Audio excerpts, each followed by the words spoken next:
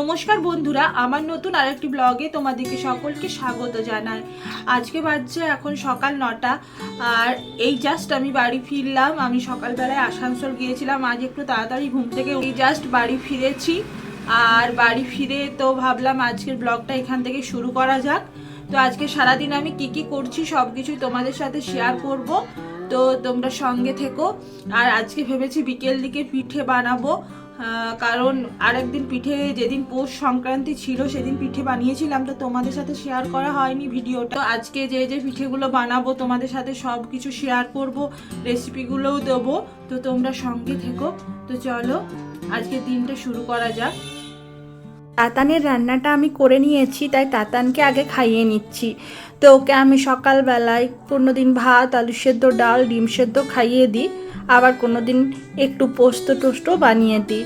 তো তাতানকে খাওয়ানোর পর আমি দুপুরের রান্নাটা শুরু করে দিলাম। পেঁয়াজ কলি ভাজছি আজকে। আর বাজার থেকে তাল বেগুন কিনে এনেছিলাম, শীতকালে বেগুন পোড়াটা খেতে খুব ভালোই লাগে, তাই ভাবছি আজকে বেগুন পোড়ানো হবে। তো এইদিকে বেগুনটা পুড়তে দিয়ে, আর তাতানের পোস্ত আমি আগেই সকালে অল্প করে, ওর তো ঝাল ছাড়া ওই জন্য বানিয়েছিলাম, বাকি অল্প একটু লাউ রয়ে গেছে, ওটা আমাদের জন্য দুপুরবেলায় পোস্ত বানিয়ে নেবো আজকে। লাউটা এখন আমি কেটে নিচ্ছি। আচ্ছা, তোমরা লাউয়ের কি রেসিপি বানাও বলো তো? আমি লাউয়ের তরকারি, পোস্ত, লাউ ভাপা, লাউয়ের ডালনা, লাউয়ের ছোলার ডাল দিয়ে এর ডাল, লাউয়ের পায়েস বানাই, কিন্তু রোজ রোজ এই রেসিপিগুলো খেতে বেশ একঘেয়ে হয়ে গেছে, তাই ভাবছি লাউ দিয়ে একদিন নতুন কিছু ট্রাই করব। তো যেদিন ট্রাই করব অবশ্যই তোমাদেরকে রেসিপিটি দেবো। আর যারা যারা আমার রেসিপিগুলি ফুল দেখতে চাও তারা অবশ্যই আমার কুকিং চ্যানেল ভোজে সাবস্ক্রাইব করে রেখো। এখন আমি ডিমের কারি বানিয়ে নেব। তো তাতান তো ডিম সেদ্ধ খেয়ে নিল, ওকে আর দেওয়ার কোনো ব্যাপার নেই ডিম, আর ও তো এরকম ঝাল খাবার খেতেও পারে না। আর একটা ডিম সেদ্ধ রয়ে গেল, কারণ সবাই ডিমের কারি খাবে না, কেউ খায় ডিম সেদ্ধ, কেউ খায় ডিম কারি। আমার তো ডিম কারিটাই বেশ লাগে, তো এখন ডিম কারিটা বানিয়ে নিচ্ছি।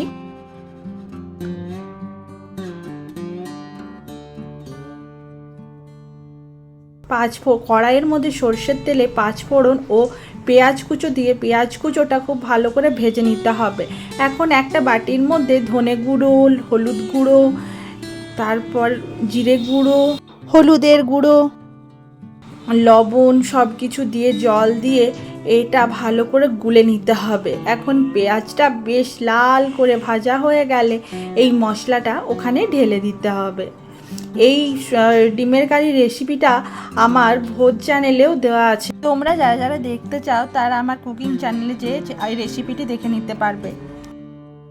তো এখন মশলাটা বেশ কষা কষা হয়ে গেছে, এখানে একটু আদা রসুনের পেস্ট দিয়ে দিলাম অল্প করে, যেহেতু 2টো ডিম আছে তাই বেশি মশলা দিয়ে তো লাভ নেই। এখানে কিছুটা লঙ্কা গুঁড়ো দিয়ে দিলাম, তারপর একটু আরও ভালো করে কষিয়ে নেব। আর এই যে ডিমের কারিটা বানাচ্ছি, অনেকে সেই হোটেলের যে পাতলা ঝোলটা যেরকম খেতে লাগে না ডিমের কারির, ওই রকমই খেতে লাগে। এটা একদিন বানিয়ে দেখো, অবশ্যই ভালো লাগবে। আমি অনেক রকমভাবে ডিম বানাই, কিন্তু সমস্ত রেসিপি তো এখনও আমার চ্যানেলে দেওয়া হয়নি, সব ডিমের রেসিপিগুলো একে একে আমি দেখাবো। আর এখন ডিমের কারিটা হয়ে গেছে, ডিমটা দিয়ে দিচ্ছি। আর এটাই হচ্ছে হোটেলের যে পাতলা ডিমের কারিটা বানাই, এটাই হচ্ছে সেই ডিমের কারি। এখন এটা ধনেপাতা কুচি দিয়ে নামিয়ে দিতে পারো, আর এখানে টমেটো দেওয়া যাবে না যদি হোটেলের মতো বানাতে চাও, বাট এটা আমি কিছুটা নিজের মতো বানালাম, তাই একটু ফুটিয়ে এটা ঘন করে নিলাম, আর একটু ধনেপাতা কুচি, টমেটো দিয়েছিলাম, দিয়ে এটা নামিয়ে নিলাম। তো এখন ডিমের কারি ও বাকি রান্নাগুলো আমার কমপ্লিট হয়ে গেছে। আর একটু ধনেপাতা কুচো এখানে ছড়িয়ে দিই, শীতকালে এই ধনেপাতা খেতে খুব ভালো লাগে। রান্নাগুলো এখন আমার সমস্ত কিছু কমপ্লিট হয়ে গেছে। এই যে সকালবেলায় আমি রুটি বানিয়েছিলাম, কারণ কি সকাল থেকে আমাদের রুটিটাই টিফিনে হয়, ওই জন্য কিছুটা বাঁধাকপির সবজি বানিয়েছিলাম।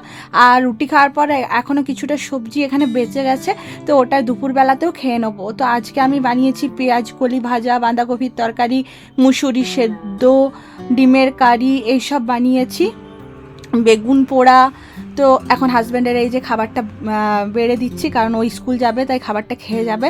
এখন ওকে আমি খাবারটা দিয়ে দেবো। তো যাই হোক, সকালের রান্না সেরে ভেবেছি কি একবারই পিঠের সমস্ত কিছু বানিয়ে নিয়ে আমি একবারই বসে পড়ব, কারণ কি একবার এখন বসলে আর উঠতেই মন যাবে না। বিকেল থেকে প্রচণ্ড ঠান্ডা লাগবে, দুপুরের মধ্যে সমস্ত কিছু কমপ্লিট করে নেব। তো এখানে আমি এখন দুধের খোয়া বানালাম, আর এখানে মুগ ডালের ভাজা পিঠে বানাবো, ওই জন্য মুগ ডালটা সেদ্ধ করতে দিয়েছি। আর মুগ ডালের ভাজা পিঠেটা আমি প্রথমে মুগ ডালটা অল্প লবণ আর চিনি দিয়ে মুগ ডালটা সেদ্ধ করতে, এরপর এখানে জিরে ধনে আর আদা আর মৌরি একসঙ্গে পেস্ট করে এটা ভালো করে কষিয়ে নিতে হবে। অল্প চিনি লবণ দিয়ে দিতে হবে, দিয়ে এটা কষিয়ে পরে মুগ ডাল সেদ্ধর ওপর দিয়ে দিতে হবে। তারপর মুগ ডালটা খুব ভালোভাবে আরও কষাতে হবে, জলটা যাতে টেনে যায়।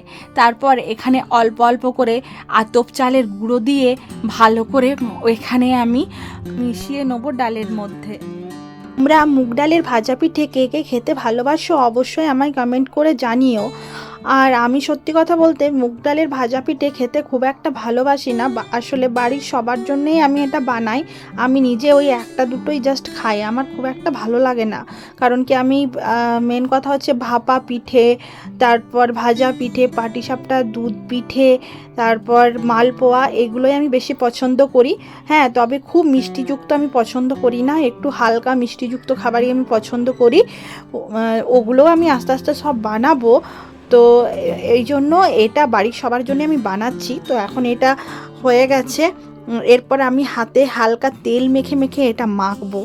আর এইভাবে করলে না মুগ ডালের পিঠেটা ফেটেও যাবে না, অনেক সময় মুগ ডালের পিঠেটা ফেটে যায়। তো হালকা তেল মেখে মেখে এটা মাখলে এটা ফাটবে না। তো এখন এটা আমার হয়ে গেছে। এরপর আমি এটা কিছুক্ষণ রেখে দেবো, তারপর পিঠেগুলো নারকেলের পুর ভরে আমি গড়ে নেব। এই যে দেখো, নারকেলের পুরটা আমার বানানো হয়ে গেছে, আর আমি কড়াইয়ে তেলটাও গরম করতে দিয়ে দিয়েছি। এরপর ছোট্ট ছোট্ট লেচি কেটে ওর মধ্যে এটা বাটির মতন করে হাত দিয়ে বানিয়ে নেবো, বাটির শেপে। তারপরে মাঝখানে নারকেলের পুর ভরে আমি পিঠেটার শেপ দিয়ে দেবো। আমি লম্বা করে এটা বানাচ্ছি, দেখো কিভাবে। প্রথমে এটা পুরো মুড়ে নিলাম, তারপর নিচের দুই দিক দিয়ে চেপে চেপে ঘুরিয়ে নিতে হবে, তাহলে এইরকম একটা পাতা টাইপের হবে। দাঁড়াও, তোমাদেরকে আর একটা বানিয়ে আমি দেখাই। এইরকম অল্প করে নিয়ে নেবে, তারপর ওটাকে গোল বানিয়ে নেবে হাত দিয়ে, তারপরে মাঝখানে আঙ্গুল দিয়ে ভরে আর একটা বাটির মতো শেপ করবে আঙ্গুল দিয়ে ঘুরিয়ে ঘুরিয়ে। তারপর যখন বাটির মতো শেপ হয়ে যাবে, নারকেলের পুরটা ওর মধ্যে ভরবে। তারপর ওই ধারগুলো আস্তে আস্তে চেপে চেপে মুড়ে নেবে। তারপর ওটা আবার হাত দিয়ে ঘুরিয়ে ঘুরিয়ে লম্বা করবে। তারপর নিচের দুই সাইডটা হালকা হালকা করে সরু করে দেবে, দিয়ে মাঝখানটা চেপটে দেবে। এই দেখো হয়ে গেল পাতার মতো পিঠে। তো আমার পিঠেগুলো একে একে সব গড়া হয়ে গেছে। এরপর আমি এগুলো ভাজতে দেবো, আর বাকি কিছুটা রয়েছে সেগুলো আমি পিঠেগুলো একটা একটা করে গড়ে নিচ্ছি একদিকে, আর একদিকে এদিকে ভেজে নিচ্ছি। তো তেলটা বেশ ভালোই চলে এসছে, এদিকে পিঠেগুলো ভাজা হতে থাক, আমি বাকিগুলো গড়ে নিতে থাকি।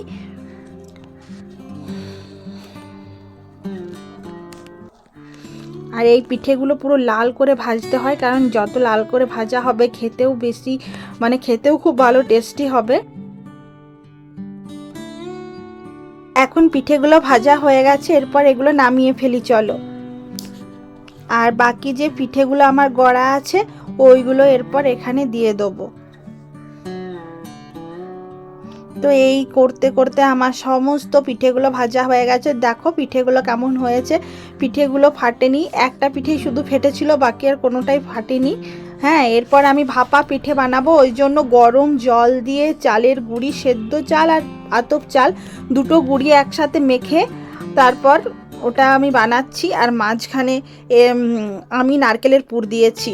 আর এটা আমি বানাচ্ছি এখন দুধ পিঠে, ছোট্ট ছোট্ট করে এখানে আমি ইয়েগুলো লেচিগুলো কাটছি আর এইরকম করে শেপ করে বানাচ্ছি। সেই আগে যেমন ওটা বানিয়েছিলাম, ওটা শুধু মাঝখানটা চ্যাপটাবে না, বাকিটা একই রকমই হবে। এই যে এরকম করে বানাবে। মাঝখানে আমি খোয়ার পুর দিয়েছি, কারণ দুধ পিঠের মধ্যে খোয়ার পুর দিলে খুব ভালো টেস্ট হয়। আর খোয়াটা আমি বাড়ি থেকে বানিয়ে নিয়েছি। আর এই দেখো বাকি এখন এতটা আছে, এখন এইগুলো সমস্ত দুধ পিঠে বানাবো, ওইটা পুরোটাই। হ্যাঁ, তো একে একে আমি চলো দুধ পিঠেগুলো বানিয়ে ফেলি।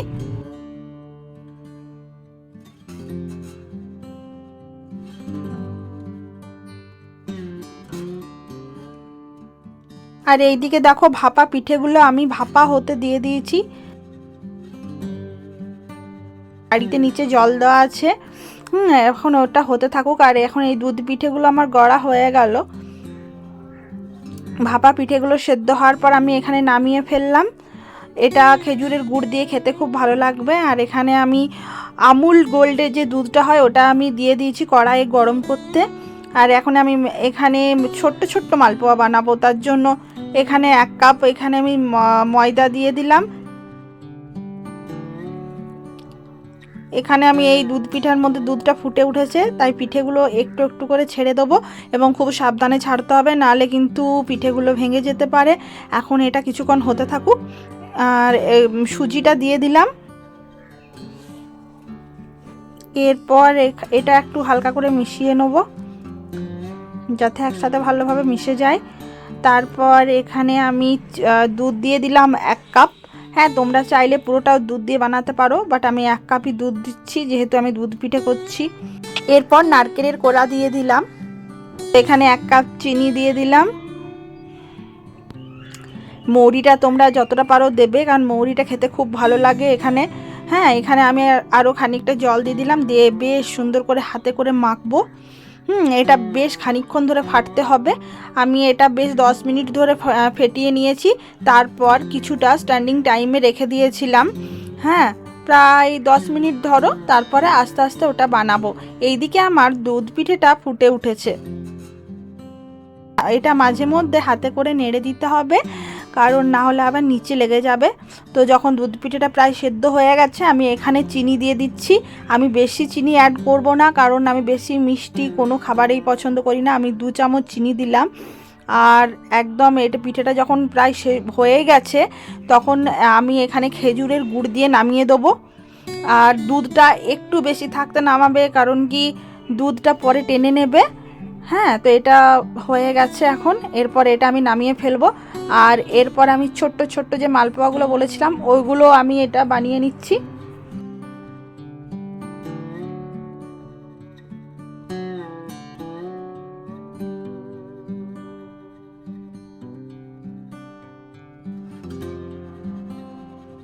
আর দেখো তেলটার মধ্যে যেহেতু আগে মুগ ডালের পিঠেগুলো ভেজেছিলাম না, ওই জন্য হালকা হালকা কালো কালো ছাই হয়ে গেছে। তো ওটাতে কোনো ব্যাপার নেই, ওতে মালপোয়ার টেস্ট কোনো নষ্ট হবে না। এতটা তেল তো আমি ফেলে দিতে পারবো না, ওই জন্য আবার এটাতেই বাকি জিনিসগুলো সমস্ত কিছু ভেজে নেবো। তো একের পর এক আমি মালপোয়াগুলো ভেজে নিতে থাকবো। আর মালপোয়াগুলো দেখো সুন্দর ফুলে উঠছে। আর মালপোয়াগুলো আমি অনেককে দিয়েছিলাম, অনেককে খাইয়েছিলাম। সত্যি কথা বলতে সকলের মালপোয়ার টেস্টটা খুব পছন্দ হয়েছে। আর ভেতরটা পুরো নরম ছিল। আমি ফ্রিজে 2 দিন রেখেছিলাম, তো তাও এত সুন্দর, পুরো সেই কেকের মতো সফট ছিল। এখন সমস্ত পিঠে বানানো হয়ে গেছে। তো চলো আজকের মতো টাটা, সকলে ভালো থেকো, সুস্থ থেকো।